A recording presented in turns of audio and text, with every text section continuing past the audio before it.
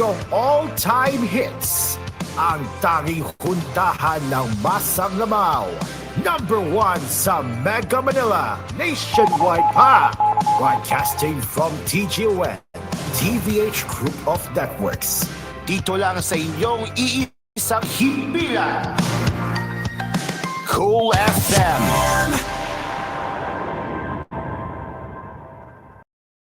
You are listening to Cool FM. Live from Cool Studios. This is koolNews at noon.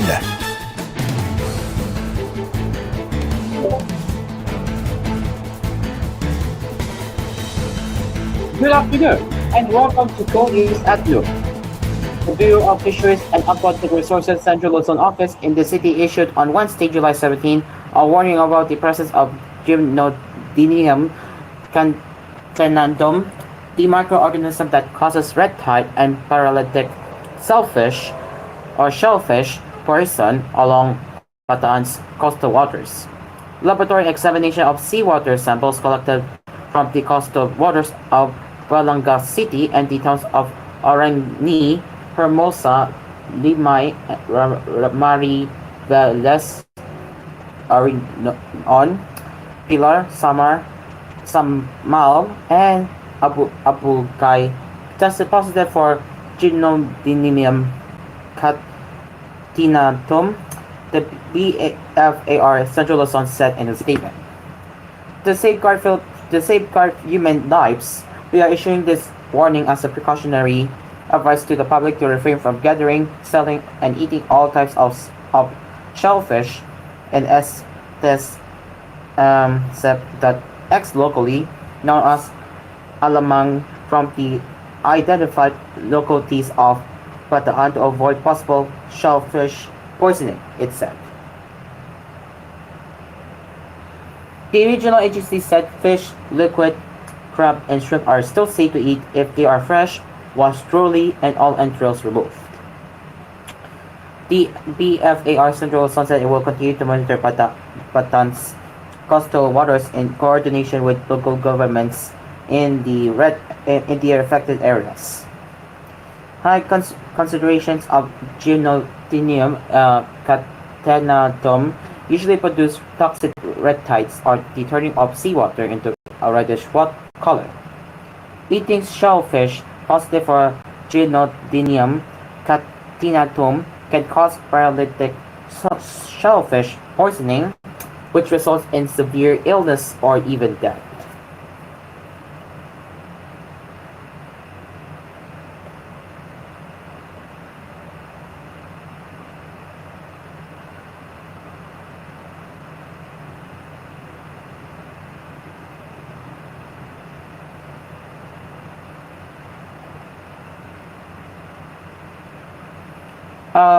A meteorite collection with some samples dating up to more than 140 years ago was donated to the National Museum of the Philippines. According to the NMP on Wednesday, the donation made on July 12 came from the collection of Sir David Herskovit, Anna Obhelia Herskovit, and Ferdinand Jolo Abbayani, in honor of their mother, Myrna Abbayani. The meteorites came from various locations, usually locally and internationally, a pair from Quezon Province, one from the United States, one from Sweden, and the Sahara Desert. The collection also includes the Bondoc meteorite, which is known to be the largest and oldest known meteorite in the Philippines.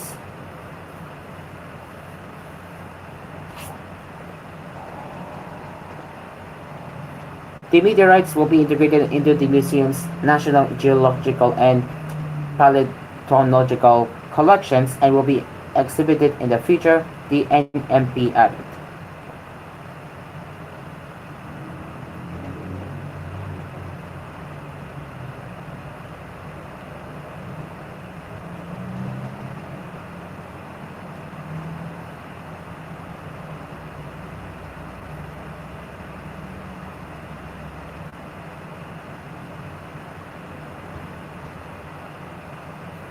Outgoing Department of Education Chief and Vice President Sara Duterte on Thursday formally handed over cabinet post to Senator Sonny Angara.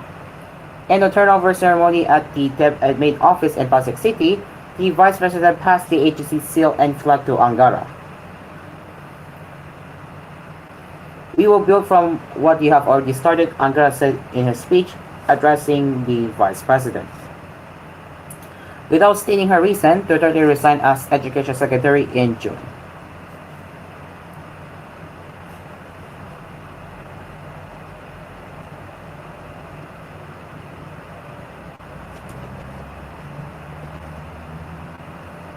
With its young population, the Philippines is deemed to be in a demographic sweet spot, but dividends will come only if there are enough employment opportunities for new job seekers.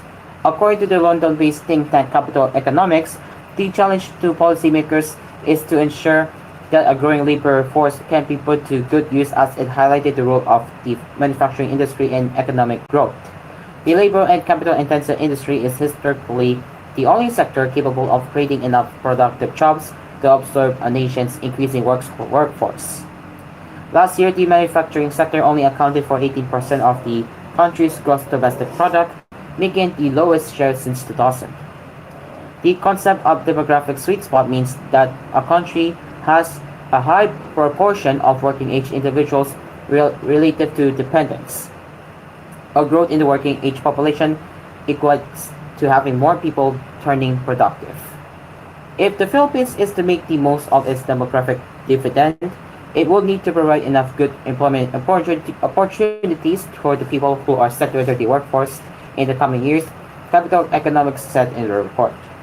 According to the United Nations, the working age population in the country is expected to grow by 1.5% every year over the next decade, which is more than in any country in the region just behind Pakistan. Meanwhile, the population of Filipinos over 65 or below 15 is projected to decrease over the next decade, therefore lowering the number of dependents relative to the number of working Filipinos.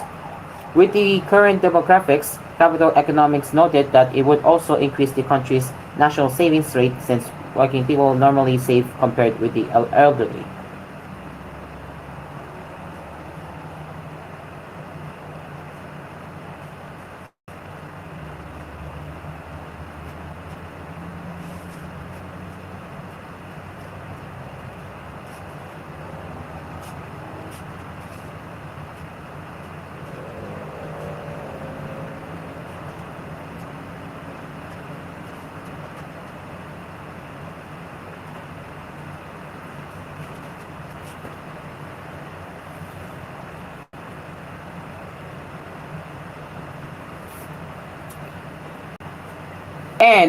And the police said it seized over 9,000 illegal vape products on Tuesday from two establishments in Pasay City, which also violated a provision of Republic Act 11900 on the sale of vape products. In a report released on Wednesday, the Southern Police District said its Special Operations Unit and the Department of Trade and Industry, Fair Trade Enforcement Bureau, DTI-FTEB, conducted simultaneous operations in Paragon 102 and Pasay City. Both establishments violated Republic Act 11900, Section 9, which disallows the promotion of vape products within 100 meters of areas frequented by minors. Police said a total of 9,359 vape products worth around 5,147,450 pesos are now in the custody of the DTI-FTEB. RA 11900, or the vape law, was enacted in 2022 to regulate the importation, distribution, and selling of vape products such as e-cigarettes and heated tobacco products.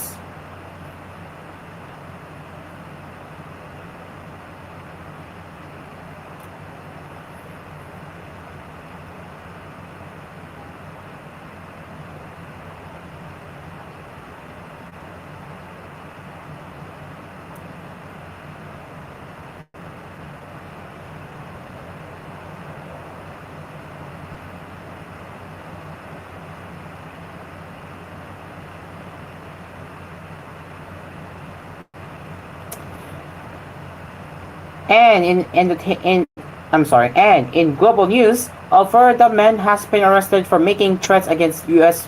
President Joe Biden just days after an assassination attempt on his Republican rival Donald Trump.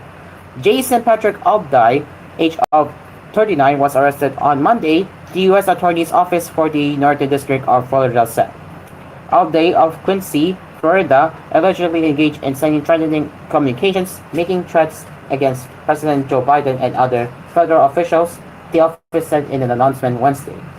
According to the criminal complaint, Alday made threatening statements about Biden while being checked into a mental health facility in Tallahassee, Florida last month.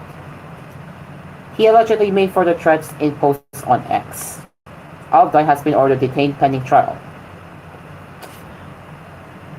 Alright, it is now 11 minutes after 12, which means it's 12:11 in the afternoon, and we will have more headlines coming up right here on koolNews at noon. So stick around and don't go anywhere. We will be right back.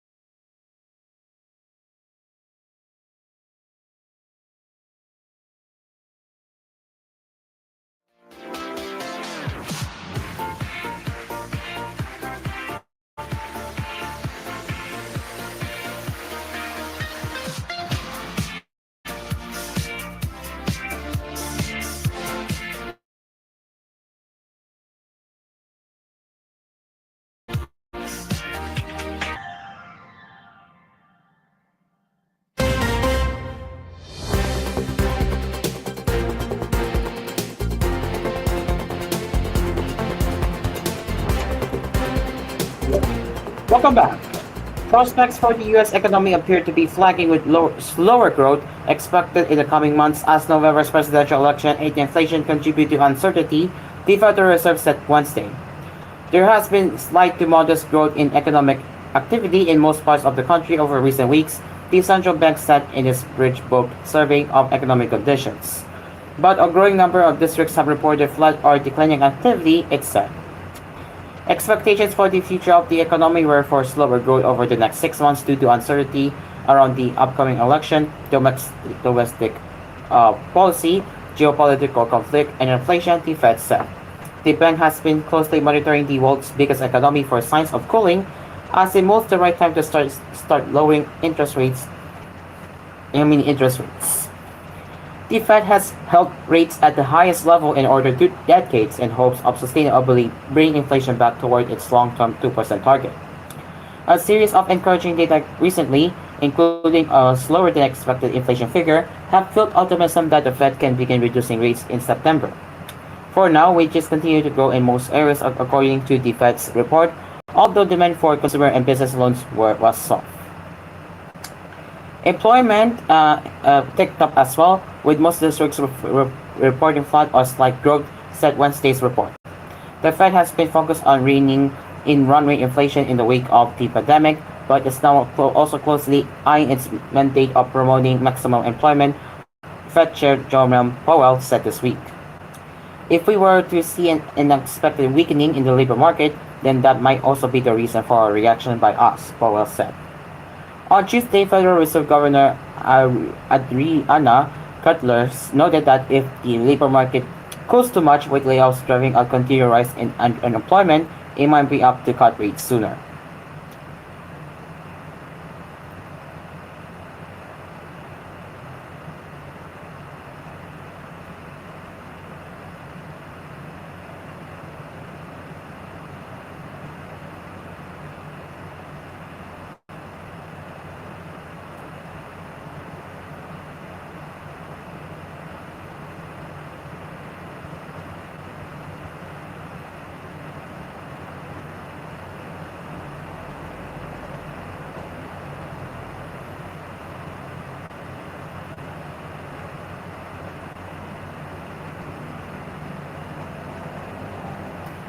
A fire, and in global headlines, a fire that tore through a shopping center in southwestern China has killed 16 people, state media reported Thursday.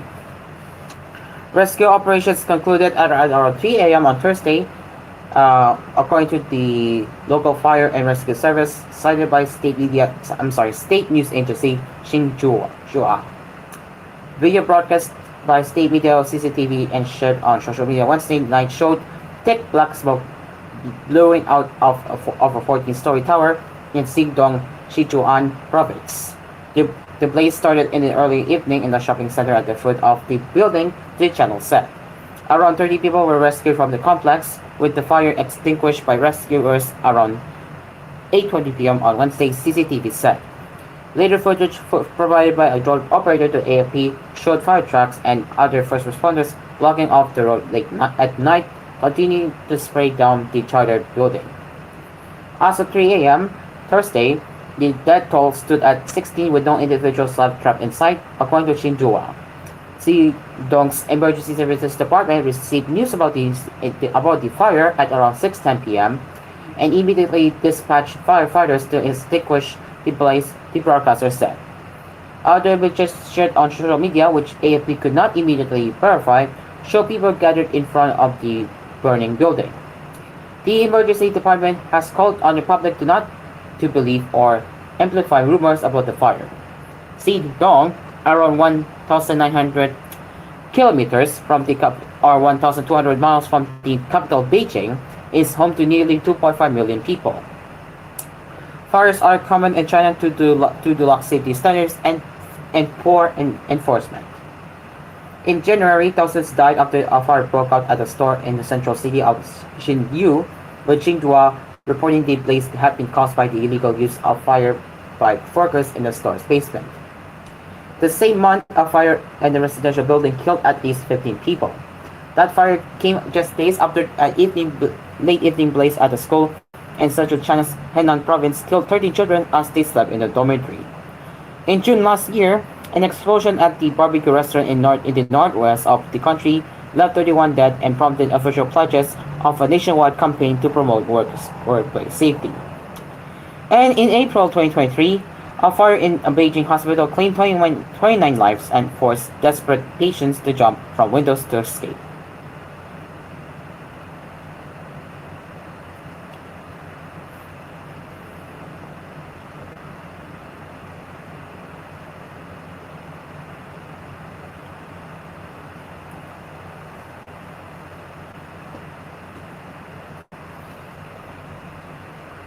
NASA announced Wednesday that cost overruns and delays have forced it to cancel a planned moon rover it already spent 450 million dollars to develop, marking a significant setback for the agency's lunar exploration program.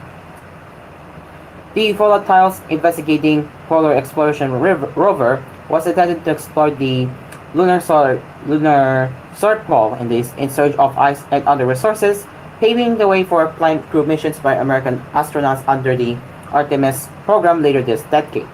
Decisions like this are never easy, said Nikki Fox, NASA's associate administrator of the Science Mission Directorate. But in this case, the projected remaining expenses for Viper would have resulted in having to either cancel or disrupt many other missions. The mobile bot, which NASA had hoped would venture into the moon's permanently shadowed craters where ice reserves have endured for billions of years, was originally planned to launch in 2023. But in 2022, the U.S. Space Agency requested a launch delay to late 2024 to allow more time for pre-flight testing of the Griffin lander vehicle, supplied by the Pittsburgh-based company Astrobotic under the new Commercial Lunar Payload Services Program, a public-private venture. The launch readiness date of the rover then slipped back further to September 2025, while the cost was projected to rise to $609.6 million. Hold on.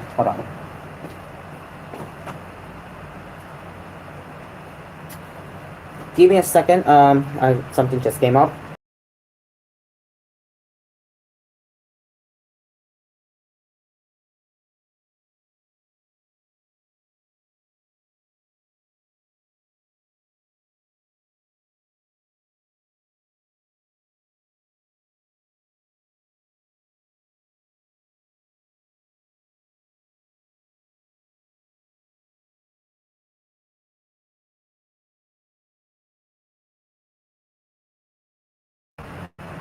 Okay, there you go. I'm back. Joel Carnons, Deputy Associate Administrator for Exploration in NASA Science and Mission Directorate, added that Congress had been notified of the agency's decision. The rover was completely assembled but had not yet undergone certain tests that would certify it could withstand launch, flying through the vacuum of space and experiencing extreme temperatures and currents. But it was still possible the rover could be reused in future missions, either in whole or in component parts, if NASA could reach a suitable agreement with industry partners who might be interested, he said. Astrobotic, which in January launched the Peregrine lander that failed to reach the moon, is still on track to launch in late 2025, but it will now carry a mass simulator or heavyweight in place of the NASA rover. Colonels insisted that despite the setback, the United States was not falling behind in its space rivalry with China, which in June succeeded in returning the first ever samples from the far side of the moon. We congratulate China's National Space Agency for the seemingly very successful Chen E-6 mission, he said. But he added that by partnering with the space industry under the CLPS program, we think that we're going to have a more robust science program and a more robust lunar landing capacity in the United States. Just give me a second again.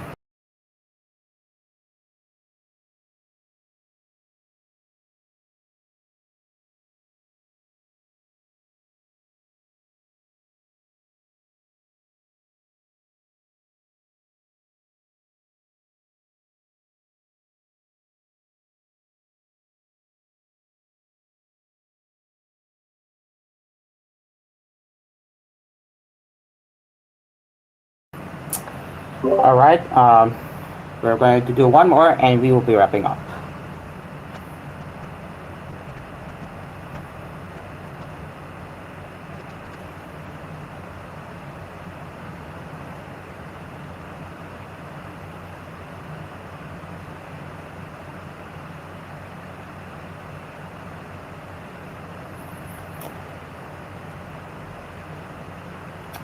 All right, and finally, in entertainment showbiz news, Bumby and Josh will be with their mom, Chris Aquino, again as the siblings have returned to the United States, where she has been seeking medical treatment for her autoimmune diseases. Chris' close friend Dindo Valares gave an update on Bibi and Josh by sharing a message he got from the Queen of All Media, as per his Instagram page on Wednesday, July 17th. They're on the way from LAX, Kuya Dindo. Message ng Mama Chris, Nina, Kuya, and Bim a few minutes ago, Valares said, showing a photo of the siblings at an airport. Valares also clarified in the succeeding post that Bumby and Josh had already arrived at the Los Angeles International Airport and that the two were already heading to their home in California. And that will be it for koolNews at noon. As always, if you have any news tips or feedback you want to send us, you can do so by emailing it to tvh.philippines.news@gmail.com. And we will be back again with more headlines later with koolNews at 4, koolNews at 6 and 9 with koolNews Prime Time. Until then, I am Aspir. Good afternoon.